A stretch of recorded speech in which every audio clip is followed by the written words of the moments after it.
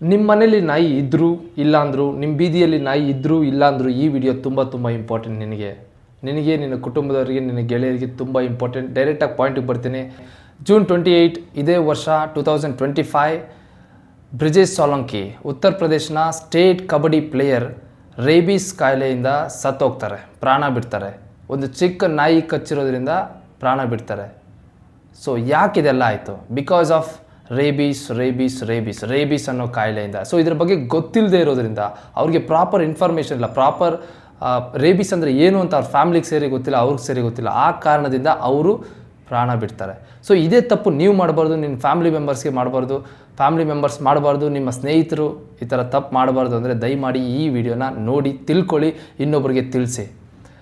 ಇದು ನಿಮ್ಮ ಜವಾಬ್ದಾರಿ, ಹೇಳ್ಕೊಡೋ ಜವಾಬ್ದಾರಿ ನಂದು, ತಿಳಿಸೋ ಜವಾಬ್ದಾರಿ ನಂದು, ತಿಳ್ಕೊಳೋ ಜವಾಬ್ದಾರಿ ನಿಮ್ಮದು. ಓಕೆ, ಪಾಯಿಂಟಿಗೆ ಬರ್ತೀನಿ.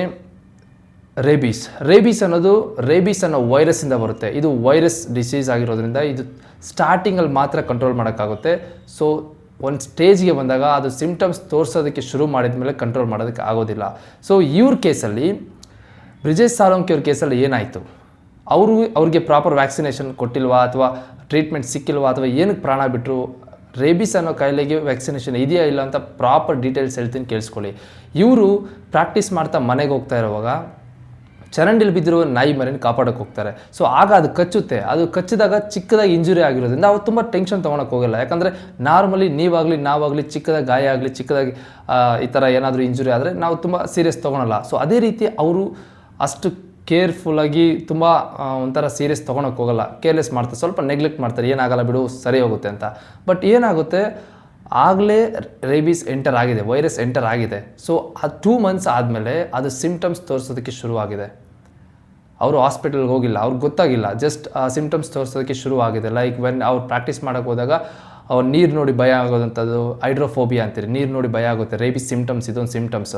ಸೊ ಅದಾದಾಗ ಗೌರ್ಮೆಂಟ್ ಹಾಸ್ಪಿಟಲ್ಗೆ ಹೋಗಿದ್ದಾರೆ, ಅಲ್ಲೆಲ್ಲ ಇಗ್ನೋರ್ ಮಾಡಿದ್ದಾರೆ. ಆಮೇಲೆ ಪ್ರೈವೇಟ್ ಹಾಸ್ಪಿಟಲ್ಗೆ ಹೋದಾಗ ನಿಮಗೆ ರೇಬೀಸ್ ಇದೆ ಅಂತ ಗೊತ್ತಾದಮೇಲೆ ಆಲ್ಮೋಸ್ಟ್ ಜೂನ್ 28 ಅವರು ಪ್ರಾಣ ಬಿಡ್ತಾರೆ. ಯಾಕಂದರೆ ಬಿಕಾಸ್ ಸ್ಟಾರ್ಟಿಂಗ್ ಟೈಮಲ್ಲಿ ಮಾತ್ರ ವೈರಸ್ನ ಕಂಟ್ರೋಲ್ ಮಾಡೋಕ್ಕಾಗುತ್ತೆ. ಒನ್ಸ್ ಅದರ ಸಿಮ್ಟಮ್ಸ್ ತೋರಿಸೋದಕ್ಕೆ ಶುರುವಾದರೆ ಅವ್ರನ್ನ ಯಾರೂ ಕಾಪಾಡೋದಕ್ಕಾಗೋದಿಲ್ಲ. ಸೊ ಎಲ್ಲ ಕೇಸಸ್ ಬಗ್ಗೆ ಮಾತಾಡೋಣ. ಸ್ಪೆಷಲಿ ರೇಬೀಸ್ನ ಕಂಟ್ರೋಲ್ ಮಾಡೋದಂಗೆ, ಇದಕ್ಕೆ ವ್ಯಾಕ್ಸಿನೇಷನ್ ಇದೆಯಾ ಇಲ್ಲ ಅಂತ ಪ್ರಾಪರಾಗಿ ಹೇಳ್ತೀನಿ, ಕೇಳಿಸ್ಕೊಳ್ಳಿ. ರೇಬೀಸ್ ಅನ್ನೋದು ಬರೀ ನಾಯಿಯಿಂದ ಮಾತ್ರ ಬರೋದಲ್ಲ. ರೇಬೀಸ್ ಅನ್ನೋದು ಡಿಫ್ರೆಂಟ್ ಅನಿಮಲ್ಸಿಂದ ಬರುತ್ತೆ. ಲೈಕ್ ಬೆಕ್ಕಿಂದ ಬರ್ಬೋದು, ಬಾವುಲಿಗಳಿಂದ ಬರ್ಬೋದು. US ಅಲ್ಲಿ 10 ಜನಕ್ಕೆ ರೇಬೀಸ್ ಬಂದರೆ ಅದರಲ್ಲಿ 7 ಜನಕ್ಕೆ ಬಾವುಲಿಂದನೇ ರೇಬೀಸ್ ಬರುತ್ತೆ. ಆ ಥರ ರಿಪೋರ್ಟ್ಸ್ ಸರಿ ಇದ್ದಾವೆ. ಸೊ ಆವ್ರೇಜಾಗಿ ಹೇಳ್ಬೇಕು ಅಂದರೆ ಇಂಡಿಯಾದಲ್ಲಿ 6,000 ಜನ ಸಾಯ್ತಾರೆ ವರ್ಷಕ್ಕೆ.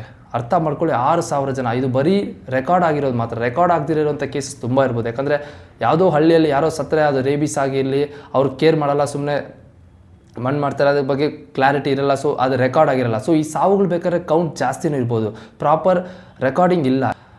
ಇದ್ರ ಕೇಸಸ್ ಜಾಸ್ತಿ ರೆಕಾರ್ಡ್ ಆಗಿಲ್ಲ. Okay, so there is some chance of more count ಇರ್ಬೋದು. 6,000ಗಿಂತ ಜಾಸ್ತಿನೇ ಜನ ಸತ್ತಿರ್ಬೋದು. ಸೊ ಸ್ಪೆಷಲಿ ಏನಂದರೆ ನಮ್ಮ ಇಂಡಿಯಾದಲ್ಲಿ, ಅದರಲ್ಲೂ ಕಿಂಗ್ ಆಫ್ ರೇಬೀಸ್ ಅಂತೀವಿ ನಮ್ಮ ಇಂಡಿಯಾ. ಯಾಕಂದರೆ ತುಂಬ ಜನಾಂಗ ಜಾಸ್ತಿ, ಮನುಷ್ಯರು ಜಾಸ್ತಿ, ಅದೇ ರೀತಿ ಬೀದಿ ನಾಯಿಗಳ ಸಂಖ್ಯೆ ಜಾಸ್ತಿ. ನಮ್ಮ ಇಂಡಿಯಾದಲ್ಲಿ 99% ಬೇರೆ ಅನಿಮಲ್ಸಿಂದ ಬರಲ್ಲ, 99% ಬರೋದು ನಾಯಿಯಿಂದ ಮಾತ್ರನೇ ರೇಬೀಸು. ಯಾಕಂದರೆ ಬೀದಿ ನಾಯಿಗಳ ಸಂಖ್ಯೆನೂ ಜಾಸ್ತಿ ಆಗಿರೋದ್ರಿಂದ. ಸೊ ಏನಾಗುತ್ತೆ, ನಾನು ನಾಯಿನ ಎಕ್ಸಾಂಪಲ್ ಆಗಿ ತೊಗೊತೀನಿ. ಫಾರ್ ಎಕ್ಸಾಂಪಲ್, ನಾಯಿ ಬಂದು ಕೈ ಕಚ್ಚಿದೆ ಅಂದ್ಕೊಳ್ಳಿ, ಕೈ ಆಗಲಿ ಯಾವುದೇ ಬಾಡಿ ಪಾರ್ಟ್ಸಲ್ಲಿ ಕಚ್ಚಿದೆ ಅಂದರೆ ರೇಬೀಸ್ ವೈರಸ್ ಎಂಟರ್ ಆಗುತ್ತೆ. ಸೊ ಎಂಟರ್ ಆದಮೇಲೆ ಅಲ್ಲೇ ರಿಪ್ಲಿಕೇಟ್ ಆಗುತ್ತೆ. ನೀವು ಆಲ್ರೆಡಿ ಓದಿರ್ತೀರ ಸೈನ್ಸಲ್ಲಾಗಲಿ, ನೀವು ಸೈನ್ಸ್ ತೊಗೊಂಡು ಅಥವಾ 10th ಸೆಕೆಂಡ್ PUC ಓದಿರ್ತೀರ. ಒನ್ಸ್ ವೈರಸ್ ಎಂಟರ್ ಆದಮೇಲೆ ಮಸಲ್ ಟಿಶ್ಯೂಸಲ್ಲಿ ರಿಪ್ಲಿಕೇಟ್ ಆಗುತ್ತೆ, ಡ್ಯೂಪ್ಲಿಕೇಟ್ ಆಗಿ ಪೆರಿಫೆರಲ್ ನರ್ವಸ್ ಸಿಸ್ಟಮಿಂದ ಹಿಡಿದು ಸೆಂಟ್ರಲ್ ನರ್ವಸ್ ಸಿಸ್ಟಮ್ಗೆ, ಅಂದರೆ ಸ್ಪೈನಲ್ ಕಾರ್ಡ್, ಬ್ರೈನ್ನ ಅಟ್ಯಾಕ್ ಮಾಡುತ್ತೆ, ಹೈಜಾಕ್ ಮಾಡುತ್ತೆ. ಸೊ ಫೈನಲ್ ಡೆಸ್ಟಿನೇಷನ್ ಅದು ಬ್ರೈನ್ ಫುಲ್ ಅಟ್ಯಾಕ್ ಮಾಡಿಕೊಂಡು ಫುಲ್ ಬಾಡಿ ಗ್ಲ್ಯಾಂಡ್ಸ್ ಎಲ್ಲ ಕಂಟ್ರೋಲ್ ಮಾಡಿಕೊಂಡು. ಸೊ ಅದರ ಸಿಮ್ಟಮ್ಸ್ ಹೆಂಗಿರುತ್ತದೆ, ಸ್ಟಾರ್ಟಿಂಗ್ ಸಿಮ್ಟಮ್ಸು ಜ್ವರ. ಸೊ ಲೈಕ್ ಜ್ವರ ಬರೋದಾಗಲಿ, ಹೆಡ್ಏಕ್ ತಲೆನೋವಾಗಿರಲಿ, ಅಥವಾ ಸಿಂಪಲ್ ಕೋಲ್ಡ್ ಆಗಿರಲಿ, ಆ ಥರ ಸಿಂಪಲ್ ಸಿಮ್ಟಮ್ಸ್ ಇರುತ್ತೆ. ಒನ್ಸ್ ಸೆಕೆಂಡ್ರಿ ಸಿಮ್ಟಮ್ಸ್ ಎಲ್ಲ ಹ್ಯಾಲ್ಯೂಸಿನೇಷನ್, ಒಂಥರ ಅವರೇ ಥಿಂಕ್ ಮಾಡ್ತಾರೆ, ಹ್ಯಾಲ್ಯೂಸಿನೇಷನ್ ಮಾಡ್ತಾ ಇರ್ತಾರೆ. ಲೈಕ್ ನೀರು ನೋಡಿದ ತಕ್ಷಣ ಭಯ ಪಡೋಂಥದ್ದು, ಹೈಡ್ರೋಫೋಬಿಯಾ ಅಂತೀರಿ. ಲೈಕ್ ಏರೋಫೋಬಿಯಾ ಅಂದರೆ ಗಾಳಿ ಅಂದರೆ ಭಯ, ತುಂಬ ಜೋರ ಗಾಳಿ ಬಂದರೆ ಭಯ ಪಡ್ತಾರೆ. ಸೊ ಇದೆಲ್ಲ ಸಿಮ್ಟಮ್ಸ್.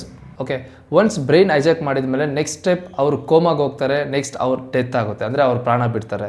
ಸೊ ಇದು ಒನ್ಸ್ ಹ್ಯಾಲ್ಯೂಸಿನೇಷನ್, ಸೆಕೆಂಡ್ ಸ್ಟೇಜ್ ಹ್ಯಾಲ್ಯೂಸಿನೇಷನ್ ಅಥವಾ ಕನ್ಫ್ಯೂಷನ್, ಹೈಡ್ರೋಫೋಬಿಯಾ ಅಥವಾ ನೆಕ್ಸ್ಟ್ ಲೆವೆಲ್ ಸಿಮ್ಟಮ್ಸ್ ಬಂದರೆ, ಸೆಕೆಂಡ್ ಲೆವೆಲ್ ಸಿಮ್ಟಮ್ಸ್ ಬಂದರೆ ಅರ್ಥ ಮಾಡ್ಕೊಳ್ಳಿ, ಅವ್ರನ್ನ ಯಾರು ಉಳಿಸೋದಕ್ಕಾಗೋದಿಲ್ಲ.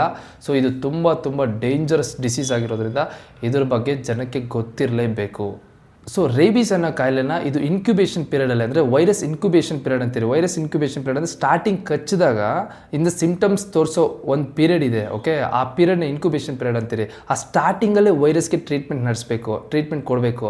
ಒನ್ಸ್ ನಿಮ್ಗೇನಾದರೂ ಆ ಥರ ಕಚ್ಚಿರೋವಂಥದ್ದು ಅಥವಾ ಚಿಕ್ಕದಾಗಿ ಇಂಜುರಿ ಆಗಿರೋವಂಥ ಸ್ಕ್ರ್ಯಾಚ್ ಬಿದ್ದಿರೋದು ನಾಯಿಯಿಂದಾಗಲಿ ಬೇರೆ ಅನಿಮಲಿಂದ ಅಂದರೆ ದಯಮಾಡಿ ಡಾಕ್ಟರ್ ಹತ್ರ ಹೋಗಿ. ಫಸ್ಟ್ ಏನಂದರೆ 10 to 15 ಮಿನಿಟ್ಸ್ ಸೋಪ್ ಹಾಕಿ ತೊಳೀರಿ, ಓಕೆ. ಸೆಕೆಂಡ್ ಏನಂದರೆ ಡೈರೆಕ್ಟಾಗಿ ಡಾಕ್ಟರ್ ಹತ್ರ ಹೋಗೋದು. ದಯಮಾಡಿ ನೋಡಿ, ಒಂದು technology like for example Google ಮಾತು ಸೇರಿ ಕೇಳಿಬೇಕಾದ್ರೆ ಗೂಗಲ್ ಏನು ಹೇಳುತ್ತೆ, ಫಸ್ಟ್ ಏಡ್ ಹೇಳುತ್ತೆ ಅಷ್ಟೇ. ಸೆಕೆಂಡ್ ಸ್ಟೆಪ್ ಡೈರೆಕ್ಟಾಗಿ ಡಾಕ್ಟರ್ ಹತ್ರ ಹೋಗಿ ಅಂತ. ಯಾರು ಈ ಪಾಯಿಂಟ್ನ ಮಿಸ್ ಮಾಡಿಬಿಡಿ. ದಯಮಾಡಿ second step is directly going to the doctor ಹತ್ರ ಹೋಗಿ ಅವರ ಸಜೆಷನ್ ಕೇಳಿ ಪ್ರಾಪರ್ ಟ್ರೀಟ್ಮೆಂಟ್ ತೊಗೊಂಡು ಪ್ರಾಪರ್ ಪ್ರಿಕಾಷನ್ಸ್ ತೊಗೊಂಡು ತುಂಬ ಇಂಪಾರ್ಟೆಂಟ್, ಓಕೆ. ನಿಮ್ಮ ಮನೆ ಕಡೆ ಇದೇ ರೀತಿ ಯಾವ್ದಾದ್ರು ನಾಯಿಗಳು ಯಾವುದಾದ್ರು ಬಿಹೇವ್ ಮಾಡ್ತಾಯಿದ್ರೆ ಸ್ವಲ್ಪ ರಿಪೋರ್ಟ್ ಮಾಡಿ. ಸೊ ಹೆಲ್ಪ್ ಮಾಡಿ ಪ್ರತಿಯೊಬ್ಬರಿಗೂ. ಆ ಥರ ಕಾಯಿಲೆ ಇರೋ ನಾಯಿಗಳ ಹತ್ರ ಸ್ವಲ್ಪ ಸೇಫ್ ಡಿಸ್ಟೆನ್ಸಲ್ಲಿರಿ, ದೂರ ಇರ್ರಿ. ತುಂಬ ಇಂಪಾರ್ಟೆಂಟ್ ಈ ಥರ ಅವೆಲ್ಲ. ಸೊ ಇದನ್ನು ಯಾವ ರೀತಿ ಪ್ರಿವೆಂಟ್ ಮಾಡ್ಬೋದು ಅಂದರೆ, ನಾರ್ಮಲಿ ಈ ನಮ್ಮ ಇಂಡಿಯಾದಲ್ಲಿ ಏನಾಗುತ್ತೆ, 15 ಇಯರ್ಸ್ ಕೆಳಗಡೆ ಇರೋಂಥ ಮಕ್ಕಳಿಗೆ ತುಂಬ ಜನ ರೇಬಿಸ್ ರೇಬಿಸ್ಗೆ ತುತ್ತಾಗ್ತಾರೆ. ಯಾಕಂದರೆ ಮಕ್ಕಳಲ್ವಾ, ತುಂಬ ಜನ ಆಟ ಆಡೋಕ್ಕೆ ಹೋಗ್ತಾ ಇರ್ತಾರೆ ನಾಯಿಗಳ ಹತ್ರ. ಅವ್ರು ಏನು ಮಾಡ್ತಾರೆ, ಕಚ್ಕೊತಾರೆ. ಅವರು ಕೆಲವೊಂದು ಟೈಮ್ ಹೇಳೋದಕ್ಕೆ ಹೋಗಲ್ಲ, ಸಿಂಪಲಾಗಿ ಸ್ಕ್ರ್ಯಾಚ್ ಆಗಿದ್ರೆಲ್ಲ. ಸೊ ಅದು ಸಿಮ್ಟಮ್ಸ್ ಬಂದಮೇಲೆ ಕಂಟ್ರೋಲ್ ಮಾಡೋದು ತುಂಬ ಕಷ್ಟ ಆಗುತ್ತೆ. So specially almost all parents ಆಗಿರೋ ನೀವು ದಯಮಾಡಿ ಪೇರೆಂಟ್ಸ್ ಆಗಿದರೆ ಮಕ್ಕಳನ್ನ ಅನಿಮಲ್ಸಿಂದ ದೂರ ಇಡಿ. ಆಲ್ಮೋಸ್ಟ್ ಆಲ್ ನಾಯಿಗಳಿಂದ ದೂರ ಇಡಿ. ತುಂಬ ಇಂಪಾರ್ಟೆಂಟು. ನಿಮ್ಮ ಮನೆಗಳಲ್ಲಿ ನಾಯಿಗಳಿದ್ದು ನಿಮ್ಮ ಮನೆಗಳಲ್ಲಿ ಪೆಟ್ ಅನಿಮಲ್ಸ್ ಇದ್ದರೆ ಫಸ್ಟ್ ನೀವು ಮಾಡಬೇಕಾದಂಥ ಕೆಲಸ ಏನಂದರೆ ವ್ಯಾಕ್ಸಿನೇಷನ್ ಮಾಡಿಸ್ಬೇಕು. ಫಸ್ಟ್ ಹೋಗಿ ವ್ಯಾಕ್ಸಿನೇಷನ್ ಮಾಡಿಸಿ. ಸೆಕೆಂಡ್ ಏನಂದರೆ ಇದ್ರ ಬಗ್ಗೆ ಅವೇರ್ನೆಸ್ ಕೊಡಿ. ತುಂಬ ಜನಕ್ಕೆ ಗೊತ್ತಿರಲ್ಲ, ಹೇಳಿ ಹಿಂಗೆ ಈ ಥರ ಇದೆ, ಈ ಥರ ಏನಾಗ್ಬೋದು ಅಂತ ಸಿಚುವೇಶನ್ ಬಗ್ಗೆ ಹೇಳಿ. ಆಗ ಅವರು ಸ್ವಲ್ಪ ಕೇರ್ಫುಲ್ ಆಗಿರ್ತಾರೆ.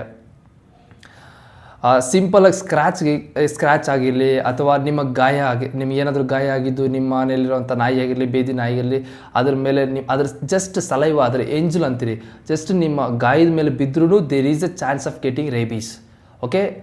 ರೇಬೀಸ್ ಆಲ್ಮೋಸ್ಟ್ ಒಂದು ಅನಿಮಲಿಂದ ಹ್ಯೂಮನ್ ಬೀಯಿಂಗ್ ಯಾವ ರೀತಿ ಟ್ರಾನ್ಸ್ಫರ್ ಆಗುತ್ತೆ ಅಂದರೆ ಸಲೈವಿಂದ ಆಲ್ಮೋಸ್ಟ್ ಮೊದಲೆಲ್ಲ ಆರ್ಗನ್ ಟ್ರಾನ್ಸ್ಪ್ಲಾಂಟ್ ಆಗೋದ್ರಿಂದನೂ ಆಗ್ತಿತ್ತು. ಬಟ್ ಈಗ ಕ್ಲಿಯರ್ ಚೆಕಪ್ ನಡೆಯುತ್ತೆ. ಆರ್ಗನ್ ಟ್ರಾನ್ಸ್ಪ್ಲಾಂಟಿಂದ ಚಾನ್ಸ್ 0.001% ಚಾನ್ಸ್ ಇರುತ್ತೆ ಅಷ್ಟೇ. ಬಟ್ ಆಲ್ಮೋಸ್ಟ್ ಆಲ್ ಇಂಡಿಯಾದಲ್ಲಿ ನಾಯಿಯಿಂದನೇ, ಬೀದಿ ನಾಯಿಗಳಿಂದನೇ ಬರೋದು ರೇಬೀಸ್ ಕಾಯಿಲೆ. ಸೊ ಕೇರ್ಫುಲ್ಲಾಗಿರಿ. ಇನ್ನೊಂದು, ಮಕ್ಕಳನ್ನ ಆಲ್ಮೋಸ್ಟ್ ಆಲ್ ಸೇಫ್ ಡಿಸ್ಟೆನ್ಸಲ್ಲಿಟ್ಟಿರಿ ಬೀದಿ ನಾಯಿಗಳಿಂದ. ಇದ್ರ ಬಗ್ಗೆ ನಿಮ್ಗೇನಾದರೂ ಗೊತ್ತಿದ್ರೆ, ಎಕ್ಸ್ಟ್ರಾ ಪಾಯಿಂಟ್ಸ್ ಏನಾದರೂ ಆ್ಯಡ್ ಮಾಡಬೇಕು ಅನ್ನಿದ್ರೆ ದಯಮಾಡಿ ಕಾಮೆಂಟ್ ಮಾಡಿ. ಯಾಕಂದರೆ ನೀವು ಮಾಡೋ ಕಾಮೆಂಟ್ ನನಗೇನು ಅವಶ್ಯಕತೆ ಇಲ್ಲ. ಬಟ್ ಯಾರಾದರೂ ನೋಡಿ, ಯಾರಾದರೂ ಇನ್ನೂ ಸ್ವಲ್ಪ ತಿಳ್ಕೊಂಡು ಸ್ವಲ್ಪ ಏನಾದರೂ ಬೇರೆಯವ್ರಿಗೆ ಹೆಲ್ಪ್ ಆಗುತ್ತೆ ಅನ್ನೋಂಗಿದ್ರೆ ಏನು ತಪ್ಪೇನಿಲ್ಲ. ನಾನು ಹೇಳೋ ಜವಾಬ್ದಾರಿ ನಂದು. ಆಲ್ಮೋಸ್ಟ್ ಆಲ್ ನಾನೇನು ಹೇಳಬೇಕು, ಅವೇರ್ನೆಸ್ ಮೂಡಿಸ್ಬೇಕು. This is my responsibility to tell you, okay. ನನ್ನ ರೆಸ್ಪಾನ್ಸಿಬಿಲಿಟಿ, ನಾನು ನಿಮ್ಗೆ ಹೇಳೋಂಥದ್ದು. ನಾನು ಹೇಳ್ತಾ ಇದ್ದೀನಿ. ಇದೇ ರೀತಿ ನೀವು ಕೇಳಿಸ್ಕೊಂಡು ಇನ್ನೊಬ್ರಿಗೆ ಹೇಳಿ, ಓಕೆ. ಇನ್ನೊಬ್ರಿಗೆ ತಿಳಿಸೋದ್ರಿಂದ 1% ಚಾನ್ಸ್ ಇದೆ ಇನ್ನೊಬ್ಬರು ಲೈಫ್ ಕಾಪಾಡಿದವ್ರು ನೀವು ಆಗ್ತೀರಾ. ಸೊ ಅದರಿಂದ information is very precious, very important for some point of time, okay. ಒಬ್ಬ ರೆಸ್ಪಾನ್ಸಿಬಲ್ ಇಂಡಿಯನ್ ಸಿಟಿಸನ್ ಆಗಿದ್ದು ಇದನ್ನು ತಿಳಿಸೋ ಜವಾಬ್ದಾರಿ ನಂದು. ನಾನು ತಿಳಿಸಿದ್ದೀನಿ, ಈಗ ನಿನ್ನ ಜವಾಬ್ದಾರಿ ಸೇರಿ, ಓಕೆ. ಪ್ರತಿಯೊಬ್ಬರಿಗೂ ತಿಳಿಸೋ ಜವಾಬ್ದಾರಿ ನಿಂದು. ಇದನ್ನು ಹೇಳಬೇಕು ಅಂದ್ಕೊಂಡೆ. Thank you so much. Thank you one all. Bye.